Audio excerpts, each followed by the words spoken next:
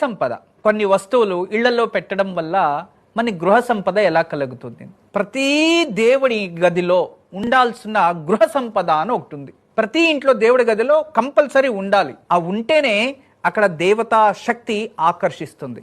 అటువంటి గృహ సంపద గురించి ఈ రోజు తెలియచేస్తా, వినండి.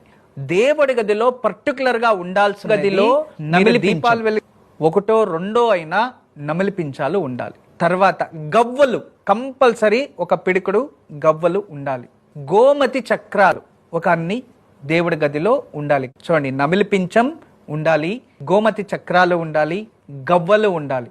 శంకు అంటాం, శంకు ఇలా పైకెత్తినది ఉండాలి. ఆ శంకు కొన ఏదైతే ఉంటుందో అది భూమికి తాకూడదు, దానికి స్టాండ్ కూడా ఉంటుంది. అలాంటిది కంపల్సరీ దేవుడి గదిలో ఉండాలి.